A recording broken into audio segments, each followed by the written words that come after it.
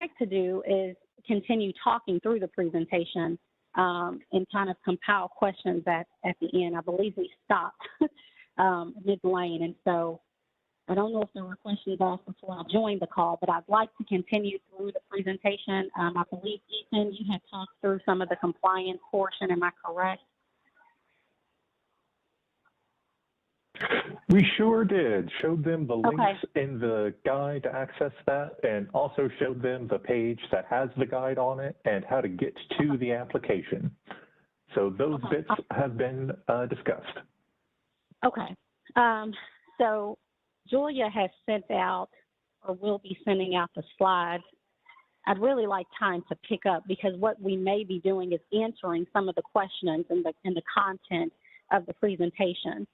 So if we can pick up there, and we'll walk back through the project summary, some of those details, as well as some of the selected questions. There is going to be an amended question, and then we'll be able to open the floor for discussion in a more guided style, so that we can take notes, compile the questions, and come back with those answers. Does that make sense? So I want to back up to just, since we're coming off of compliance, we talked a little bit about the project summary. And so to pull back and focus on that, the need for the project will be to identify a partner to operate the 24-hour safe outdoor low barrier space. The scope, again, is the operating partner is expected to provide full intensive supportive services to the client, ensuring that there is intensive case management, 24/7 security, peer support, and mental health, substance abuse services. Again, the operating partner assumes all responsibilities to include maintenance for operational use, access to the campsite, personal tents or shelters, and that may be tents, sleeping bags. We have seen in some cities where they have used the model of tough sheds and Conestoga huts. Guest storage, debris, and trash removal, as well as any clutter or nuisance, will be the responsibility of the operating partner. Eligible costs we have touched on briefly, mentioning again that this ARP-funded project is contingent on council's approval. However, we anticipate that the budget is $1.4 million. The scope of the project should include a 12-month budget to include operating expenses, supportive services for participants, personnel, and staffing, as well as $400K to establish operation setup, including the shelters. And so our next segment was really to walk through some example questions that are provided in the application guide. And we share a brief explanation of, the meaning and the context behind those questions. So one example that we provided is question number 9. Discuss operational staffing plans for this project. Provide details to include projected staff, participant ratios, a rotating schedule for 24/7 staffing, training requirements, expected case management best practices, models, and types of certifications and credentialing required. All applicants are expected to meet local and national best practices for staffing of this project. Staff are expected to be trained to work professionally with evidence and strength-based, culturally competent, trauma-informed, and person-centered care. And so when we talk about providing details for the project, we really want to see an explanation and a schedule that provides a drill down of what does that staffing look like for 24/7 security, for operational capacity. How will you ensure that your staffing is following best practices and models? What type of training will be provided to include harm reduction, trauma-informed care, de-escalation, conflict resolution, cultural humility, and implicit bias training? We also want to see in great detail housing-focused services that start really at the entry of a person coming into the program, and to focus on a short to long-term housing plan.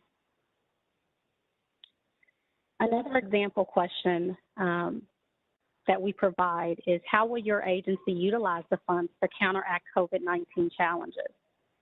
In this question, we focus on the agency's ability to accomplish outcomes related to protection, prevention, and mitigation of COVID-19 for persons experiencing homelessness.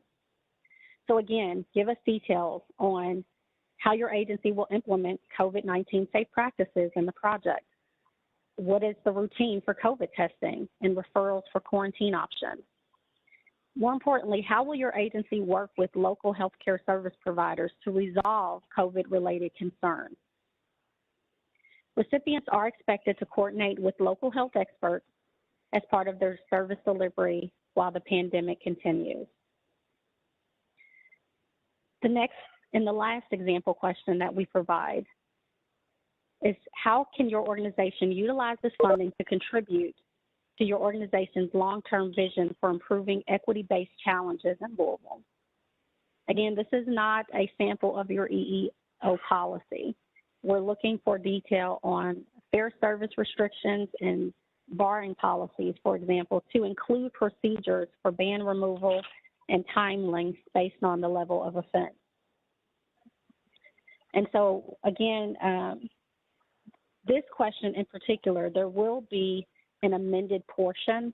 Once the applications are submitted, you will be asked additional details to drill down on the equity portion.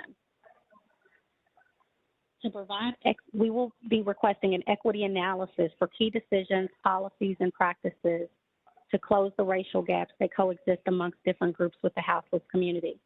On this question, I am going to pause. We do have Alicia on the line.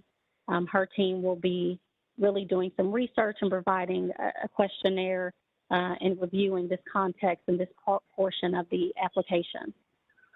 Alicia, if you're there. Kay, I actually did that while you were off and just told them that those will be coming next week with the equity. The equity questions will be an addendum. Perfect. So. Perfect. Okay. And so that concludes the actual presentation. And again, you all have probably received the slides via email, or you will be receiving those.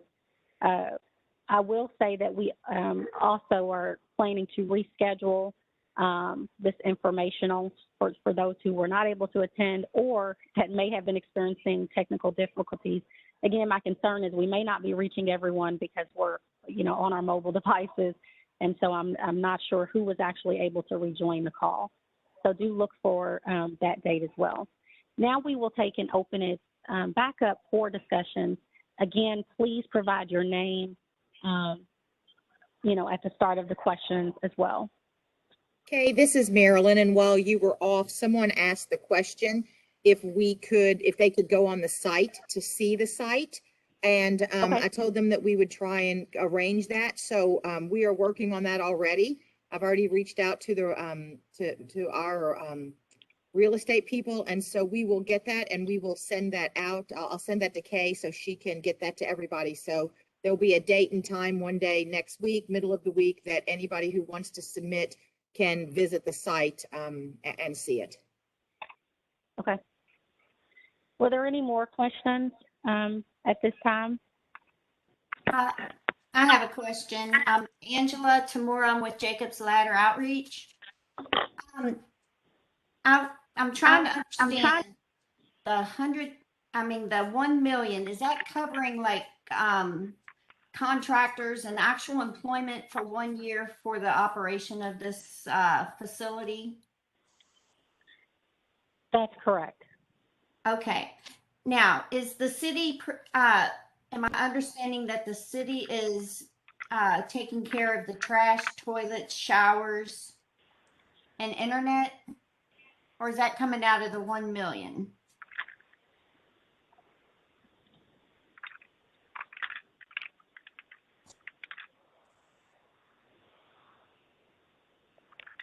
Hello, everyone. My name is Tamika Laird, and I'm the Director for the Office of Resilience and Community Services. I do apologize for the unorthodox way we're doing this presentation now that we're offline. Our agency's offline right now.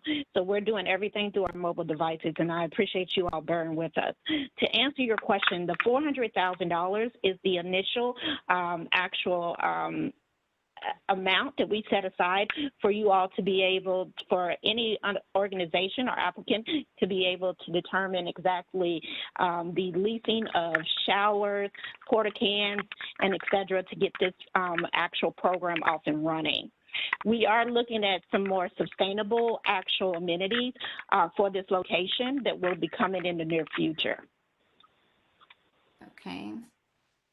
Now, excuse me, Angela Tamura,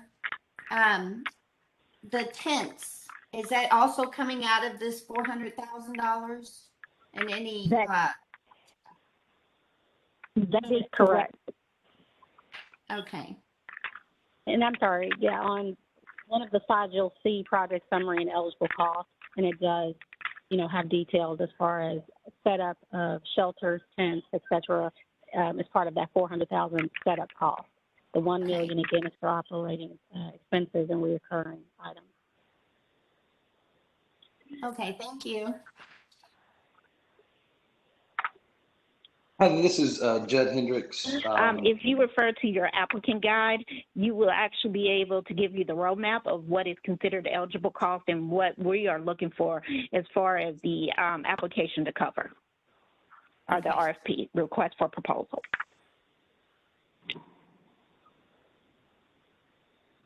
Hi, this is Jed Hendricks. I had kind of wanted to follow up on the equity lens question to see if that not only includes race, but what I would call startup or grassroots organizations being included in the grant process. A lot of the requirements that you all are asking for the initial grant and information is pretty technical and would require, quite a bit of staff. And I'm wondering if in both the grant application, grassroots organizations will be included in kind of that equity lens, as well as whoever receives the grant, will there be requirements that they also look at grassroots, POC communities or organizations to fulfill some of the roles of staffing and supporting the project?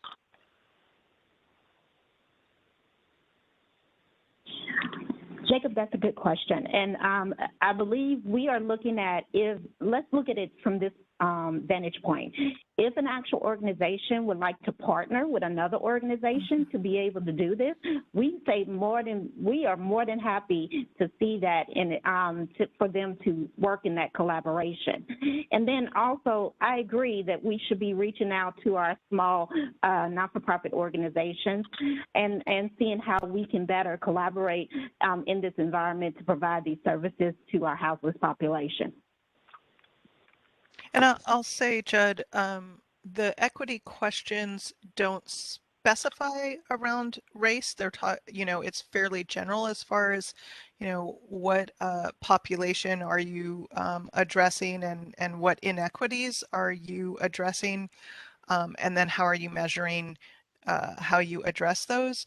I do know that council has said more than once that they appreciate collaborations, and I think with all of our ARP grants, they will be looking for collaborations amongst not only the larger ones, but how can smaller organizations who do those direct services collaborate. Thank you.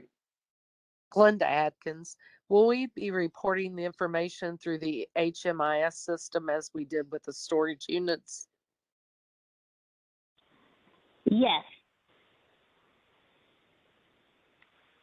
So there is a question that, in the application guide and materials that focuses on the operator's experience as well as use of HMIS and, meeting any indicators and tracking and systems.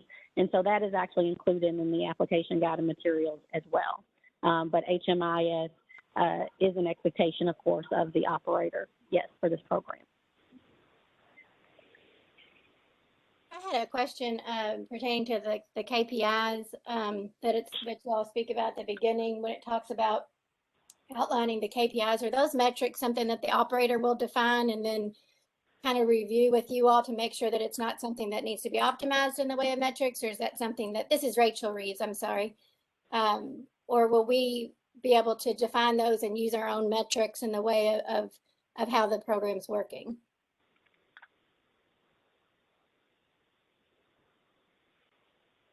I guess I'm kind of trying to get to like understanding the relationship that we'll have with the city as far as how we work together and work together as far as defining what the key performing indicators look like and how we're going to actually measure those. Because I think I could define those, but I wanted to make sure that you all didn't have something already in mind. So we are, and I'm sorry, I didn't catch your name. I'm sorry. I apologize for that. But we are looking at. This is Rachel Reeves. Oh, okay, Rachel. Okay. So we are actually looking at KPIs, but we are actually going to be partnering with the organization that is selected in order to make sure we can be able to determine our key performance indicators. And if you all have ideas of how you want to actually be able to report your outcomes, then please identify those. But we will be working with you to solidify our actual outcomes and what we want to see as far as actual successes for this safe outdoor space.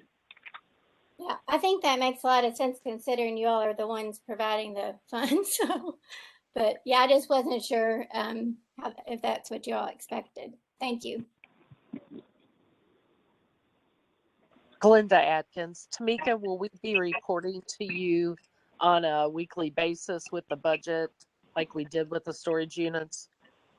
Well, actually, that was on a monthly basis, and yep, we're going to be looking at really being more, we're going to be involved in this whole process, so very intimately, as I say it. So, Wanda, you're correct. Monthly, we'll be having monthly check-ins where we'll be checking in with the organization, and then also we probably will be doing some site visits just to see how everything is going. What do we need help with?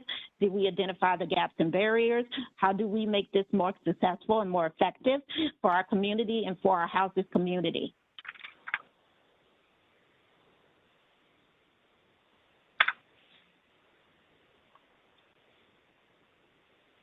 This is Nina Mosley. I'd like to ask a few more questions concerning the actual programming of the site, if that's okay. Will the campers be allowed to use illegal drugs on site? I can understand that they can come in if they're under the influence, but as the fact of actual bringing illegal substances on site, is that to be allowed?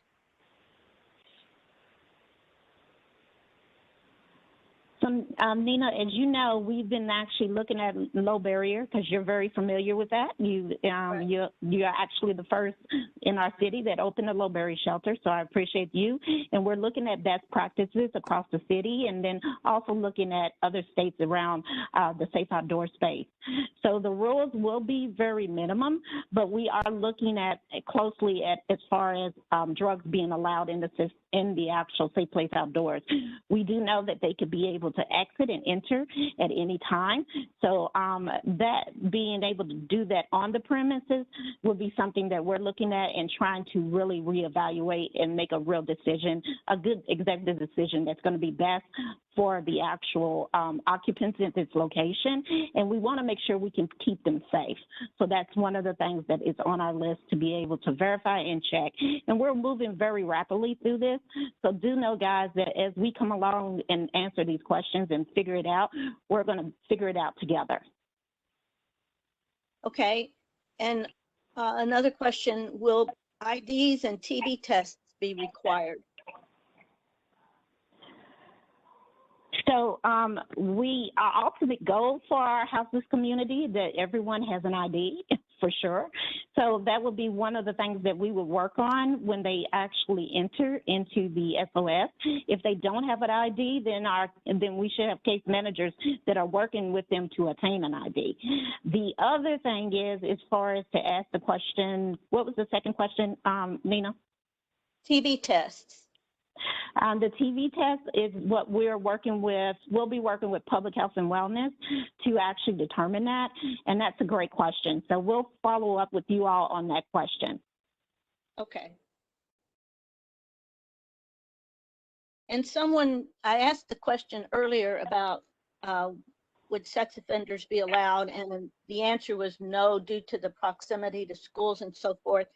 So I assume then that there is some amount of screening to be done to ascertain whether someone is in fact a sex offender or not, right? Registered? That would be correct. Okay.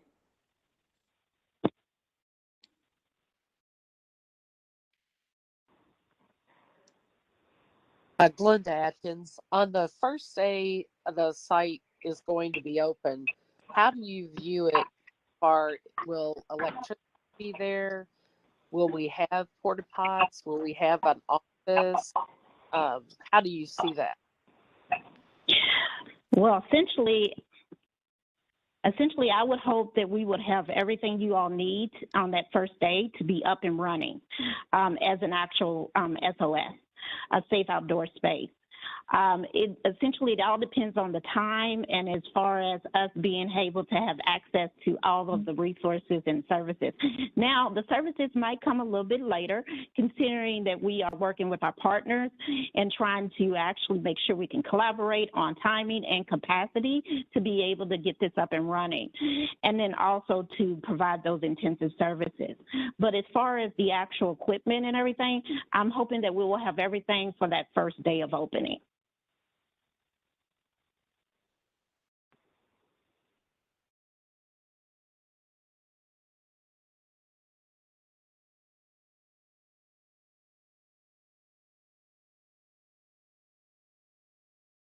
Glenda Atkins. Tamika, could we use the bins that we used at the storage unit for the person's belongings to go into and use the lock mechanism on it?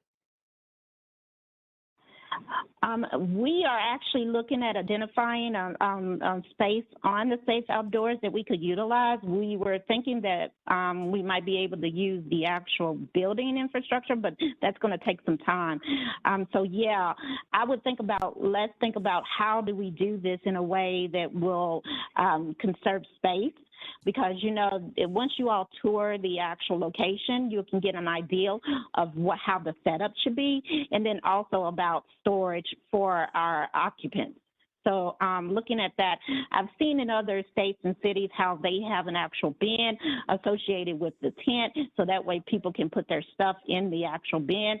But I've also seen other places where they've used Conestoga huts and all different types of actual infrastructure, and they are able to lock it up within their own shelter environment. So I think we just need to think about what is going to be ideal for this location, and the operator will have to think about what will work and also what can be sustainable, and then also what can be sterilized.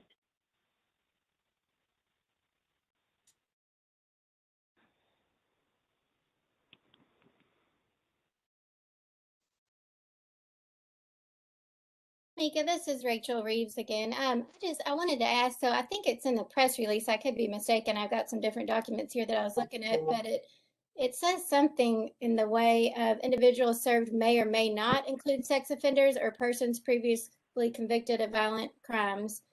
And then it goes into including. So, but you're saying with this specific location that that is not going to change as far as criteria goes, as far as the sex offenders, or it says may or may not. That's why I was curious. This specific location will not allow sex offenders because of the location.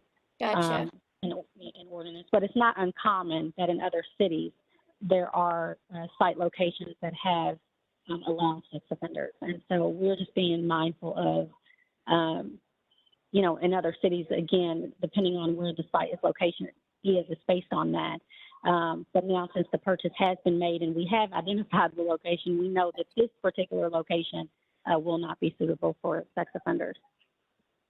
Okay, and then I had one last question, and that is assuming, which I think this will be successful, is this a model that will be replicated in the city and other parts of the city? Oh, Rachel, that is a great question. And this one will prove to us if this is something that we need to really think about, the city needs to think about as far as expanding. I do know, and this is what I'm looking at, I do know in Denver, they have just now opened their second actual SOS. So they have two that are operating simultaneously within their city. If everything is proven, we just need to make sure we have to do the evaluation and assessment and actually really look at the outcomes of this. And then also determining, you also got to think about, Rachel, this is a four-pronged approach. And so there's other options that will be coming to our houses community. Our ultimate goal is for them to be able to have a menu of options where they can be able to select what they are ready for at this time. And then that way we can work on them. If they decide the SOS, then we can actually work with them on building that rapport and relationship and then moving them forward into housing. That's the ultimate goal for all of our houses community, is that we can be able to connect them to housing and get them into housing. Yeah. I said that was my last question, but I just thought of a question, and that would be that, so the community itself that we're trying to help forward upward is learning to take care of themselves and love themselves. Once those people, if we're able to see that we can see change in them and they are placed in a different environment, to me, would part of the program be would it be safe to say that the city would agree that we would come up with additional programming to where mentors would become more in place to help those ones that have already gone through the program, that can speak to, you know, somebody that's been in their spot before?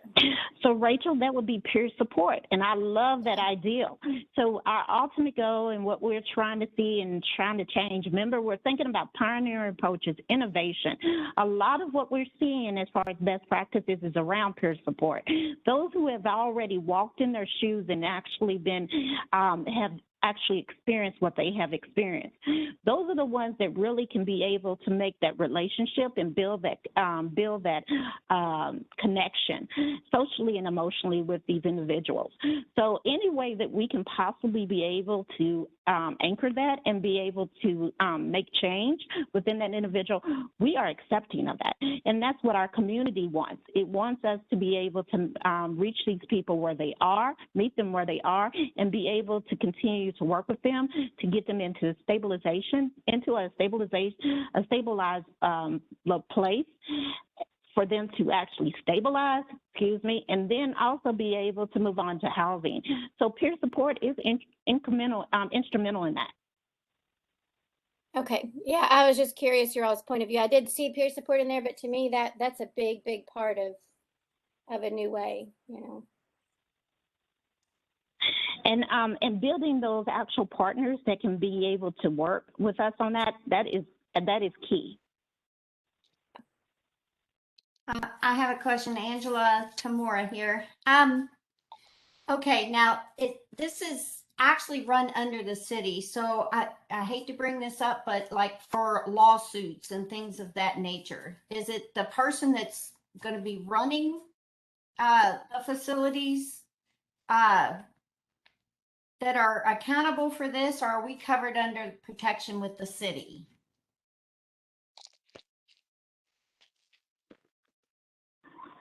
That's a great question. Marilyn Harris with the Office of Housing is on here. So Marilyn, is that a question that's more directed towards you, or do we need to just do a follow-up with our county attorney's office?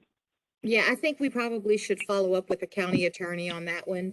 I'm sure that there'll be some insurance requirements for the operator, but I'm sure there'll also be some insurance requirements for the city. So Why don't we just put that in the jar and ask Jayco on that?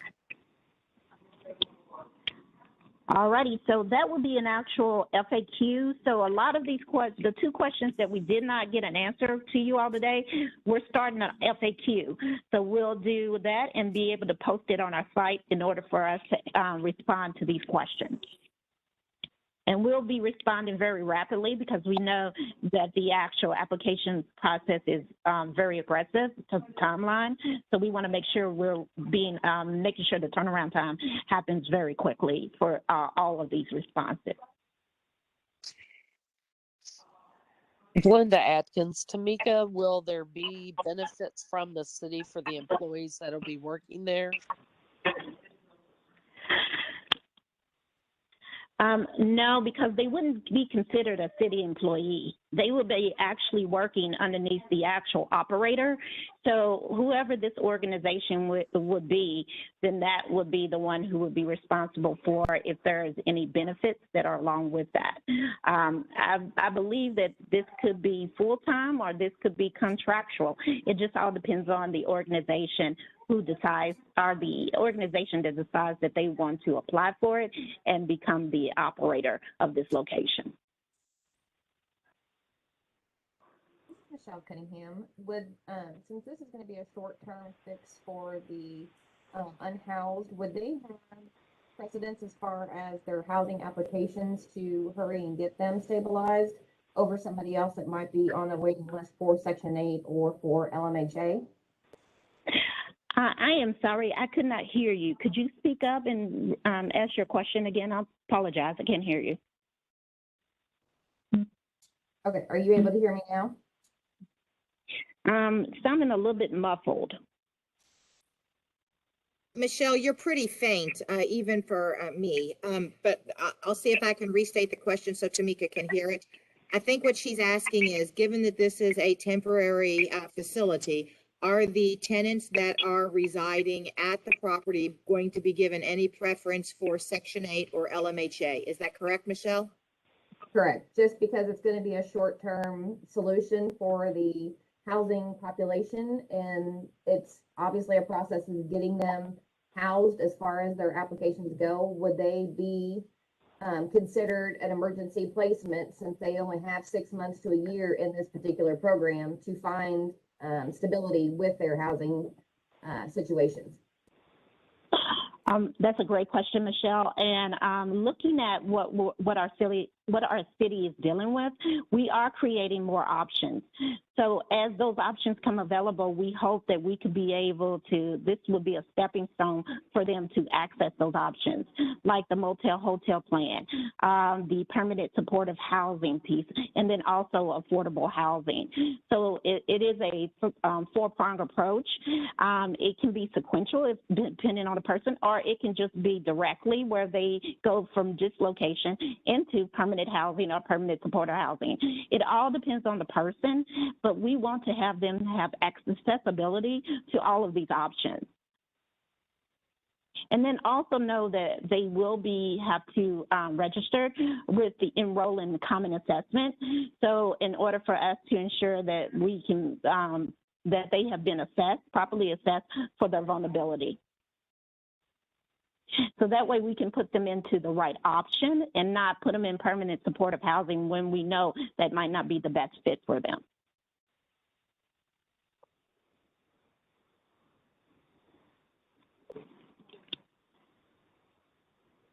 Glenda Atkins, if we find that the site needs a vehicle for transportation to be able to meet all the needs and appointments for our folks, would that be something the city would be able to help us with? Question mark. That's a great question. I think what you have to do is determine, based off of your work program and budget and the $1 million for operating, what essentially do you need in order to do this?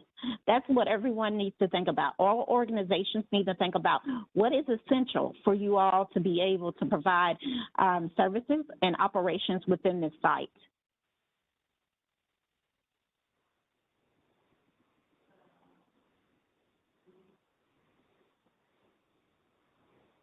If this is Rachel Reeves, so if when in looking at the budget and allocating the funds, if we see that we have some left over, I guess, from the setup, can that be then rolled over into the operational plan? Meaning that if it's 300,000, we can roll over 1.1, or does it?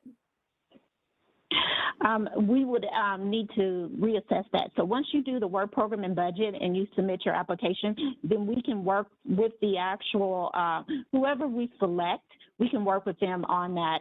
And what we want to do is ensure that we're providing the best service that we possibly can, best customer service to our occupants at this location.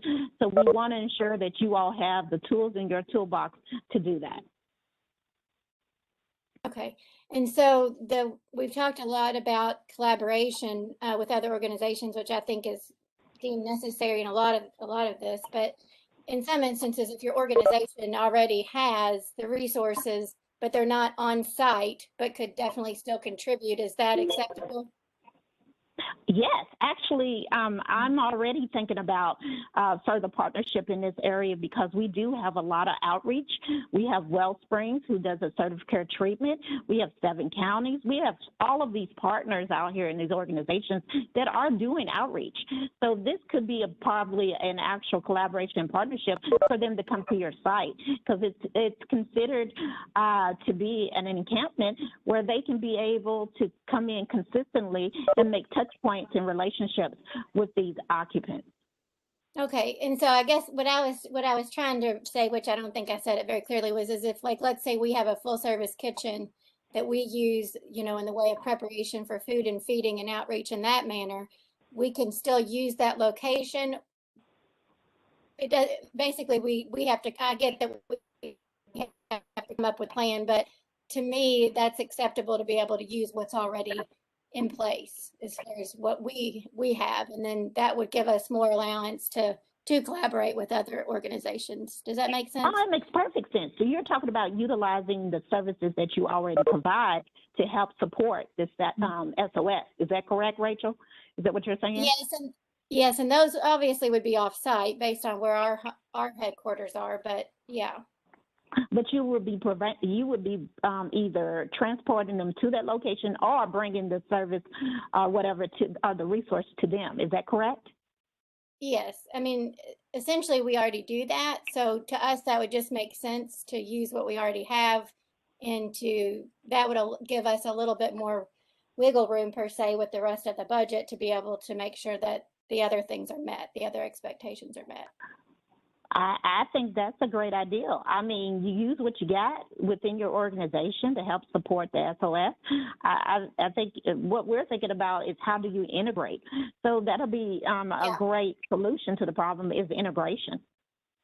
Yeah, and I would think with COVID, I haven't got to look at the guidelines specifically for just this specifically, but that transportation of the food to them would still be considered safe if done in the way of the COVID guidelines. So that I'm just kind of thinking out loud, but. Absolutely. And you know that this SOS is right next door to the Salvation Army. So these individuals could get 2 meals because they're open their doors during breakfast. I think it's breakfast and lunch. So these individuals could get 2 square meals that way. Right. Yeah. Yeah. We actually did a lot of work with them, but I think that would be a good way to collaborate, but then also if we need to use our resources, but thank you. I'm sorry. I didn't mean to keep going on. No, you're not a problem, Rachel. That's what we're here for, to answer any questions that anyone may have. Thank you, Tammy. Glenda Adkins, how soon into the project will the building be available? How quickly do you think the remodeling of it will take place? Well, that will be Marilyn. Marilyn? Hi. So we have the ability during our due diligence to get in there and get an estimate. I will just tell you that the interior of the building is in really poor shape.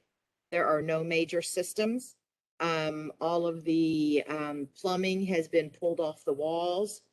So it is a complete gut and renovation. We expect that that is probably going to take somewhere near a year to get the renovation, get the plans and specs and everything approved, get it out for bid, and get someone. A year is probably very optimistic. So keep that in mind, that building will not be available, I would say, for the next 12 to 15 months. Marilyn, Angela Tamura here. Okay, I guess when you put out these bids and stuff, is there any way that some of the people that are in the camps who may have experience in contracting and building and carpentry and stuff, is there any way to include them to kind of do like a work program or something, or a mentorship or something like that to, you know, to see if some of these contractors would consider using some of these people to help refresh their skills and hopefully get them back into regular employment? I think that that's something that we can definitely look at. Because these are federal dollars, they're probably going to have to comply with Section 3, and Section 3 gives points based on utilization of low-income persons in the area, and these people are definitely in the area. So I do think that that is something that we can consider and look at. Thank you. And also, just piggyback on that question, do know that we, another key partner that we need to consider in this would be Kentucky Works.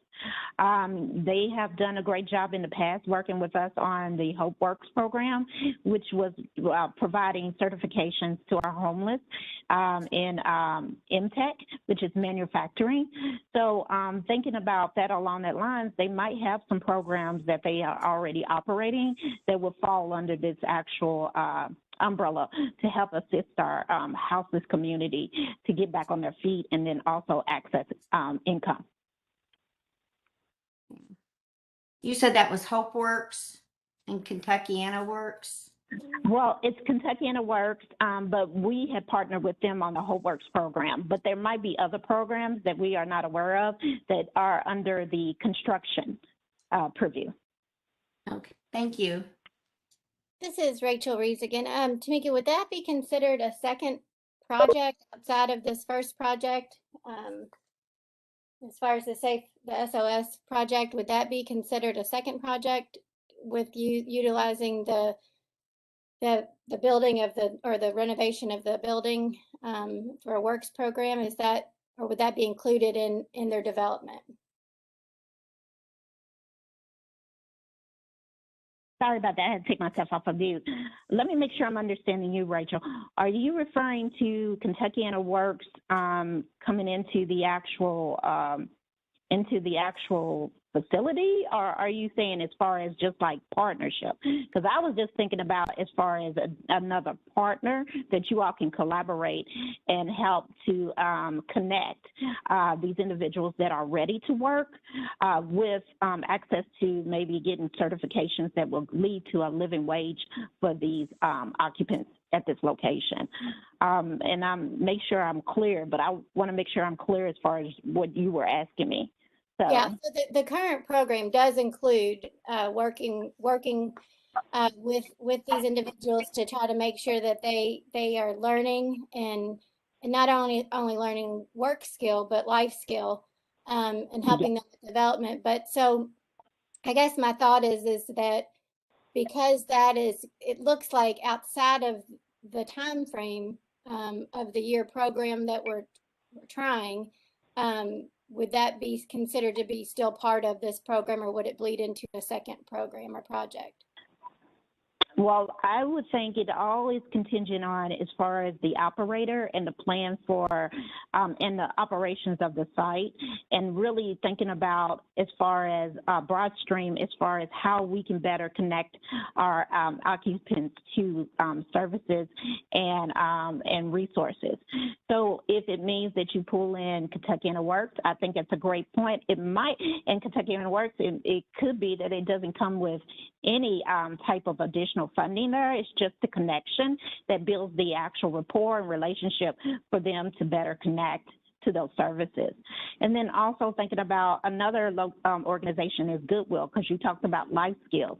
Well, life skills and soft skills are something that we know that our houses community will have to be able to have remediation on or access to develop those skills in order for them to be housed again or be in an independent environment. So I think that we all have to think about how do we better connect and be able to utilize all of our resources in our community and services. Yeah, so I agree. Using those two organizations makes a whole lot of sense. Let me ask this.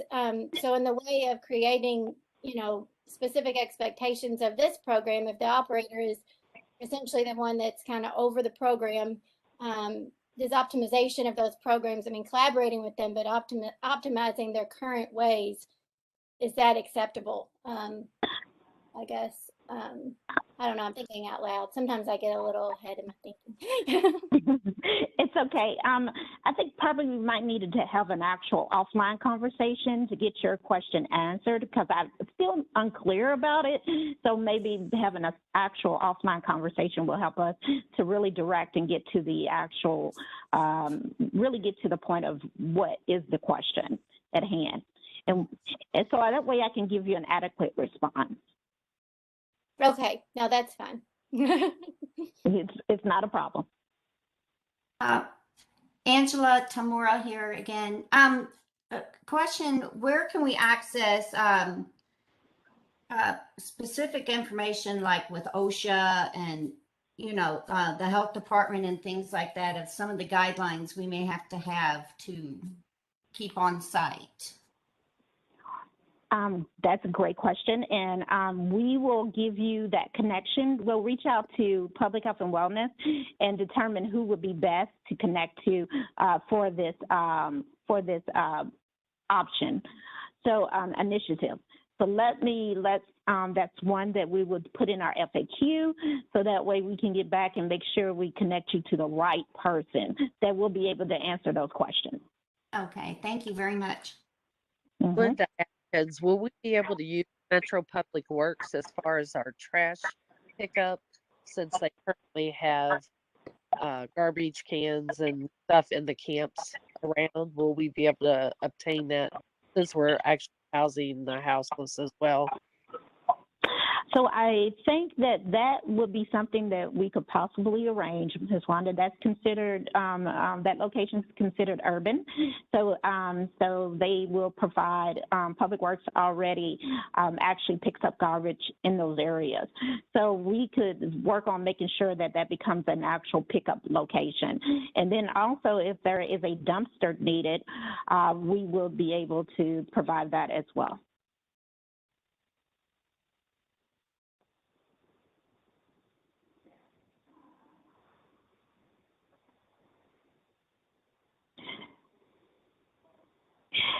It is going on 1 o'clock. Is there any more questions before we adjourn?